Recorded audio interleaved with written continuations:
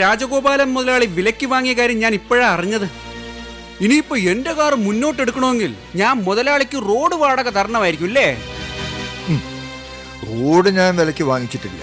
പക്ഷേ എൻ്റെ മകൾക്ക് വേണ്ടി ഒരു ഭർത്താവിനെ ഞാൻ വിലയ്ക്ക് വാങ്ങിയിരുന്നു. എൻ്റെ കാരുണ്യം കൊണ്ടും സപ്പോർട്ട് കൊണ്ടും ചെറിയ തോതിൽ കള്ളുകച്ചവടം നടത്തിയിരുന്നൊരു സാധാരണക്കാരൻ്റെ മകൻ ഒരു വളർത്തുനായയെ പോലെ വാലാട്ടി എൻ്റെ കാലിൽ നക്കി നടന്നൊരു പയ്യൻ. കുറേയൊക്കെ പഠിച്ചിട്ടും നല്ലൊരു ജോലി കിട്ടാതെ വലഞ്ഞ അവനെ ശരിക്കും ഞാൻ വിലയ്ക്ക് വാങ്ങുകയായിരുന്നു. അങ്ങനെ ഇരിക്കെ ലോട്ടറി അടിച്ച മാതിരി നെയ്യനങ്ങാതെ അവൻ്റെ അമ്മയുടെ കയ്യിൽ കുറച്ച് പണം കിട്ടി. അമ്മയും മോനും ഒന്നായി, അച്ഛൻ പുറത്തു. അതുവരെ അമ്മായി അച്ഛൻ്റെ അടിമയായിരുന്ന മരുമകൻ പുത്തൻ പണക്കാരൻ്റെ സകല ഡെമ്പും കാണിക്കാൻ തുടങ്ങി. മരുമകളുടെ പണം കൊണ്ട് ആഹാരവും വസ്ത്രവും വാങ്ങിച്ച് അവിടെ വേലക്കാരിയെപ്പോലെ തലകുനിച്ച് ജീവിച്ച അമ്മായിയമ്മ കുറച്ച് പണവും സ്വർണവും കയ്യിൽ വന്നതോടെ മരുമകളെ ഗൗനിക്കാതെയായി. എന്തിന്?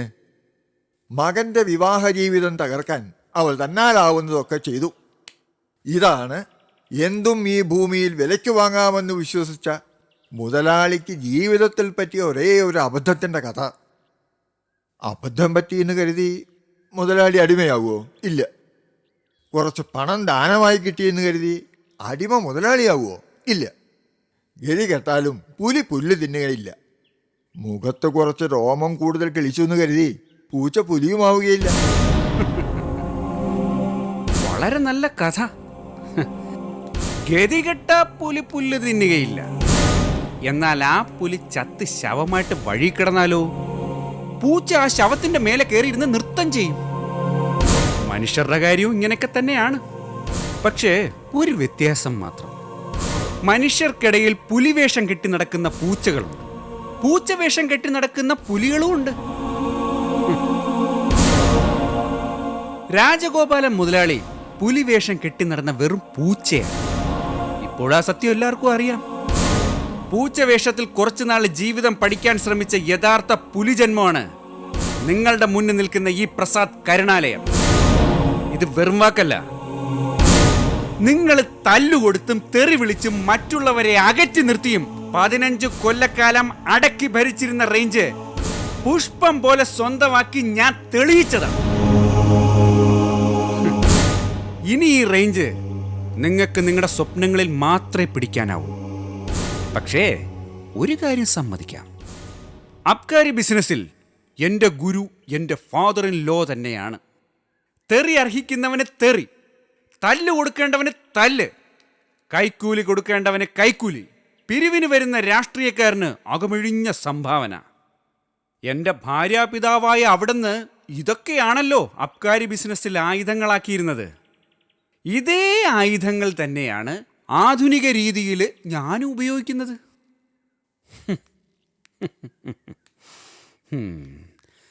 ഞാൻ ജയിച്ചു. പണ്ട് രാജഗോപാലൻ മുതലാളി ജയിച്ചു നിന്നപ്പോ ഞാൻ നിങ്ങളുടെ മുന്നിൽ തോറ്റു തന്നില്ലേ? നിങ്ങൾ എന്നെ തെണ്ടിന്ന് വിളിച്ചപ്പോ ഞാൻ ഊമനീര് ഇറക്കി ഊമയെപ്പോലെ മിണ്ടാ നിന്നില്ലേ? ഇപ്പൊ രാജഗോപാലൻ മുതലാളി തോറ്റു. അഭിമാനം ഉണ്ടെങ്കിൽ നിങ്ങൾ ആ തോൽവി സമ്മതിക്കണം. മകളുടെ ഭർത്താവ് ജയിച്ചതായിട്ട് പ്രഖ്യാപിക്കണം.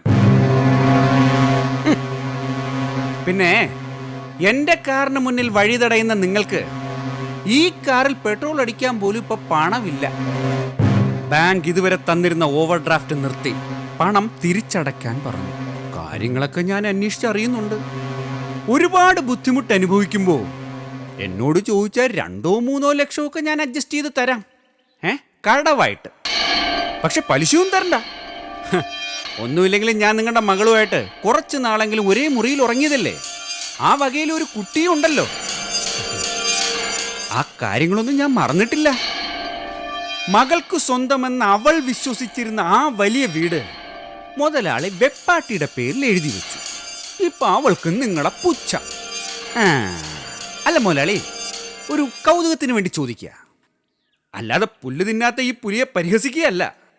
ആ കുസുമ ഇപ്പോഴും മുതലാളിയുടെ കാലിൽ ദിവസവും കുഴമ്പ് പുരട്ടി ഉഴിഞ്ഞു തരാറുണ്ടോ? അത്രയെങ്കിലും ചെയ്തു തന്നില്ലെങ്കിൽ അവൾ നന്ദി കെട്ടവൾ തന്നെ, തീർച്ച. അപ്പം നമ്മൾ പറഞ്ഞു വന്ന എവിടെയാ? ഞാൻ മറന്നുപോയി.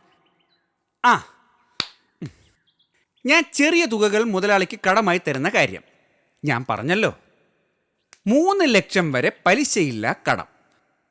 തുക 3 ലക്ഷത്തിൽ കൂടുതലായാൽ പ്രതിമാസം 3% പലിശ തരണം. അതെ, ഈ വേണ്ടപ്പെട്ടവർക്ക് ഞാൻ പണം പലിശയ്ക്ക് കൊടുക്കുമ്പോൾ ഇങ്ങനെ ചില വിട്ടുവീഴ്ചകളൊക്കെ ചെയ്യും. ഇൻകം ടാക്സിൽ സ്ലാബ് സിസ്റ്റം ഉണ്ടല്ലോ, ഏതാണ്ട് അതുപോലെ. എടാ പ്രസാദേ, ഇപ്പോ കാറ്റ് നിനക്ക് അനുകൂലമാണെന്ന് കരുതി നീ ഒരുപാട് തൂറ്റരുത്. കാറ്റിന്റെ ഗതി മാറും.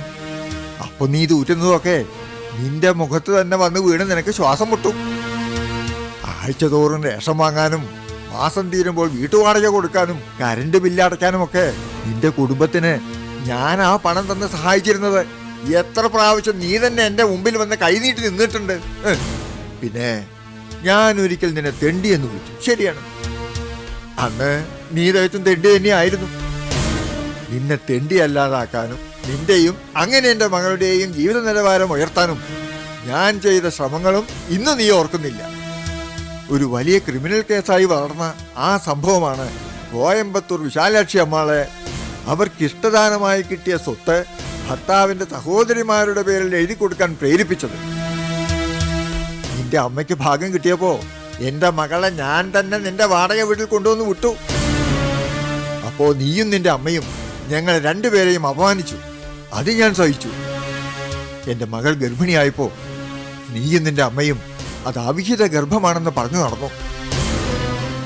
നിന്റെ തൽസ്വരൂപത്തിൽ പിറന്ന കുട്ടിയെക്കുറിച്ചാണ് നീ അപവാദം പറഞ്ഞത്. ഇനി നിനക്ക് പ്രഭയുടെ ഭർത്താവായിരിക്കാൻ യോഗ്യതയില്ല.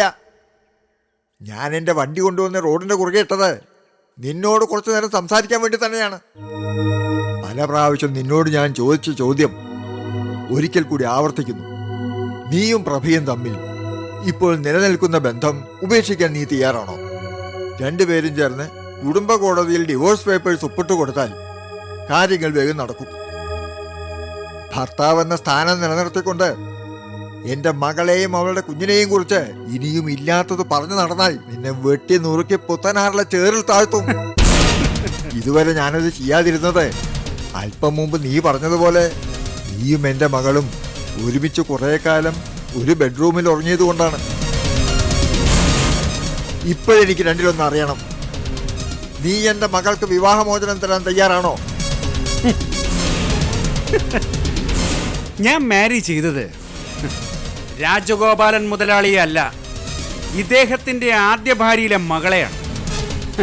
അതുകൊണ്ട് വിവാഹമോചനത്തിന്റെ കാര്യം പ്രഭ എന്നോട് സംസാരിക്കട്ടെ. അവള് വർക്ക് ചെയ്യുന്ന ഓഫീസിന്റെ മുന്നിൽ കൂടെ ഞാൻ ദിവസവും 2-3 പ്രാവശ്യമെങ്കിലും പോകാറുണ്ട്. ഇപ്പൊ അച്ഛൻ ചെയ്തതുപോലെ മകളും ഒരു ദിവസം ചെയ്യട്ടെ. എന്റെ കാറിന്റെ മുന്നിലേക്ക് ചാടട്ടെ. കാറടിച്ച് ചാകുന്നില്ലെങ്കിൽ ഞാൻ അവളുമായിട്ട് സംസാരിക്കാം. ഇതുപോലെ എന്റെ കാറിന്റെ മുന്നിൽ കൊണ്ടുവന്ന് നിർത്താൻ എന്റെ ഭാര്യയ്ക്കൊരു കാറ് പോയിട്ട് ഒരു ഓട്ടോറിക്ഷ പോലും ഇല്ലല്ലോ. നന്ദി കേട്ടോ. നീ ജീവിതത്തിൽ ആദ്യമായി ഉപയോഗിച്ചത് ഞാൻ എന്റെ മകൾക്ക് വാങ്ങിക്കൊടുത്ത കാറാണ്. ആയിരിക്കാം, ഞാൻ നിഷേധിക്കുന്നില്ല. കുട്ടിക്കാലത്ത് എന്നെ KG ക്ലാസ്സിൽ പഠിപ്പിച്ചൊരു ഗീത ടീച്ചറുണ്ട്. BA പഠിക്കുമ്പോഴും ആ ഗീത ടീച്ചർ എന്നെ വന്ന് ക്ലാസ് എടുക്കണമെന്ന് എനിക്ക് പറയാൻ പറ്റുമോ? നിങ്ങൾ ജനിച്ചത് ചെങ്കച്ചൂളയിലെ ചേരിയിലായിരുന്നില്ല, ഒരു കൊച്ചു കുടിലിൽ. ആദ്യം ചായക്കടയിൽ, പിന്നെ കള്ള് ഷാപ്പിൽ ബെഞ്ച് തുടയ്ക്കാൻ നിന്നു, പിന്നെ അതേ കള്ള് ഷാപ്പിൽ സപ്ലയറായി. അങ്ങനെ വളർന്ന് വളർന്ന് വലിയ നിലയിലെത്തി. മേലോട്ട് പൊങ്ങിയ വേഗത്തിൽ ഇപ്പൊ താഴോട്ട് വന്നിരിക്കുന്നു. അതുകൊണ്ട് നമുക്ക് രണ്ടുപേർക്കും പഴയ ചരിത്രം പറയണ്ട. കാർ മാറ്റിയിടാൻ ഡ്രൈവറോട് പറയണം. ഇല്ലെങ്കിൽ ഈ കാർ ഇടിച്ച് തെറിപ്പിച്ച് എന്റെ വണ്ടി മുന്നോട്ട് പോകും. അതെ, നീ ചെവിക്ക് നുള്ളിക്കോ. പിന്നെ ഞാനൊരു പാഠം പഠിപ്പിക്കും. എന്റെ ആയുധങ്ങൾ തന്നെയാണ് നീയും ഉപയോഗിക്കുന്നതെന്ന് പറഞ്ഞില്ലേ? ആ ആയുധങ്ങൾ ഉപയോഗിക്കുന്ന കലയിൽ നിന്നേക്കാൾ കൂടുതൽ പ്രാക്ടീസ് എനിക്കാ, അത് മറക്കണ്ട. നിന്റെ കണ്ണിൽ നിന്ന് രക്തമൊഴുകും, നിന്റെ കാഴ്ച കുറയും. എന്നാ പിന്നെ അങ്ങനെ തന്നെ ആയിക്കോട്ടെ. കാഴ്ച കുറയുമ്പോ ഉപയോഗിക്കുന്നതിന് ഒരു നല്ല കണ്ണട വാങ്ങി വെക്കും.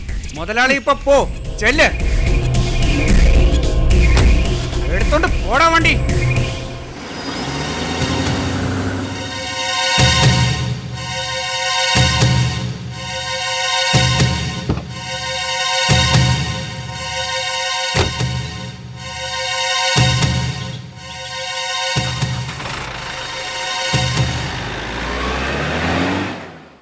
പരമേശ്വരൻ വാക്ക് തെറ്റിക്കുകയാണോ? ഒരാഴ്ചയ്ക്കുള്ളിൽ ജോൺസനെ കുറിച്ചുള്ള എല്ലാ വിവരങ്ങളും സംഘടിപ്പിച്ചു തരാമെന്ന് നിങ്ങൾ വാക്ക് തന്ന കേട്ടിട്ടില്ലേ വല്യമ്മായി ചെന്നൈക്ക് പോയത്? ഇപ്പൊ അമ്മായി എന്നെ വിളിയോട് വിളി. ഞാൻ എന്ത് പറയും? ഇനിയെങ്കിലും സംഭവം നടക്കുമോ? പരമേശ്വരൻ എന്താ മിണ്ടാ നിൽക്കുന്നത്? മനഃപൂർവ്വമല്ല കുഞ്ഞ്, എൻ്റെ ശരീരം കണ്ടില്ലേ, വീണ്ടും കിടപ്പിലായിപ്പോയി. 2 പ്രാവശ്യം ഞാൻ ഹോട്ടൽ സാമ്രാട്ടിൽ പോയി, പക്ഷേ എനിക്ക് ആ സ്നേഹിതനെ കാണാനായില്ല. അവൻ്റെ ഡ്യൂട്ടി സമയം മാറിയതാണ് കാരണം. അമ്മായി ജീവിച്ചിരിപ്പുണ്ടെന്ന് മാത്രം അറിഞ്ഞാൽ മതി. പക്ഷെ ആ സത്യം ജോൺസന് മാത്രമല്ലേ അറിയോ? ശരി, ഹോട്ടൽ സാമ്രാട്ടിൻ്റെ അടുത്ത് വരെ ഞാൻ നിങ്ങളെ കൊണ്ടുപോയാലോ? കുഞ്ഞിനറിയാവൂ, മനുഷ്യത്വം എന്ന വാക്കിൻ്റെ അർത്ഥം പോലും അറിയാവുന്നവരല്ല. എനിക്ക് വയ്യ, എങ്കിലും ഞാൻ പോകാം. നാളെ തന്നെ പോകാം.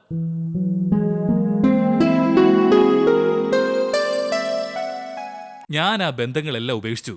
വീണ്ടും നിങ്ങൾ എന്നെ ആ ഇരുട്ടിലേക്ക് വരാൻ നിർബന്ധിക്കരുത്. എൻ്റെ അവസ്ഥ നീ കാണുന്നില്ലേ? ഈ സ്ഥിതിയിൽ പഴയ ജീവിതത്തിലേക്ക് മടങ്ങിപ്പോവാൻ എനിക്കും സാധ്യമല്ല. എന്നെ നീ വിശ്വസിക്കണം. ഞാൻ പീതാംബരൻ്റെ ടെലിഫോൺ നമ്പർ ചോദിക്കുന്നത് ലൈനിൽ കിട്ടുമെങ്കിൽ അയാളോടൊരു സഹായം അഭ്യർത്ഥിക്കാനാ. ഞങ്ങൾ ഒരുമിച്ച് കുറേ കാലം ബോംബെയിലുണ്ടായിരുന്നു. അന്ന് ഞാൻ പീതാംബരനെ ഒരുപാട് സഹായിച്ചിട്ടുണ്ട്. സന്ദീപിനതറിയാവല്ലോ. പ്രശ്നം അതല്ല. നമ്മുടെ ഈ കോമൺ ഫ്രണ്ട് ഇന്ന് പഴയ ആളല്ല. എന്നെ കണ്ട അറിഞ്ഞ ഭാവം പോലും കാണിക്കാറില്ല. വളരെ വലിയ ക്രിമിനലായിപ്പോയി. ഇപ്പൊ ഭൂമി സംബന്ധിച്ച് എന്തോ ബിസിനസ്സാ. ഇവിടെ വല്ലപ്പോഴൊരിക്കൽ വരും, പക്ഷെ താമസിക്കാറില്ല. 10-12 മൊബൈൽ നമ്പറുണ്ട്, പക്ഷെ സിം കാർഡ് മാറ്റിക്കൊണ്ടേയിരിക്കും. അതുകൊണ്ട് ഞാൻ ഇവിടെയുള്ള അങ്ങേരുടെ ടെലിഫോൺ നമ്പർ എഴുതി തന്നുകൊണ്ട് വലിയ പ്രയോജനമൊന്നുമില്ല. മറ്റൊരു കാര്യം, പീതാംബരൻ എന്ന പേരിലല്ല നമ്മുടെ ഫ്രണ്ട് ഇപ്പോൾ അറിയപ്പെടുന്നത്. ജോൺസൺ എന്ന പേരിലാണ്. ഞാൻ ഫോൺ നമ്പർ തരാം. ഇവിടെ തന്നെ 4 നമ്പറുകൾ തന്നിട്ടുണ്ട്. അത് 4 മാറ്റി ചിലപ്പോൾ പുതിയ നമ്പർ വാങ്ങിച്ചു കാണും. എങ്കിലും ഈ നമ്പറുകൾ ട്രൈ ചെയ്ത് നോക്ക്. ഒരുതരം കറക്കിക്കുത്ത്. കിട്ടിയാ കിട്ടി.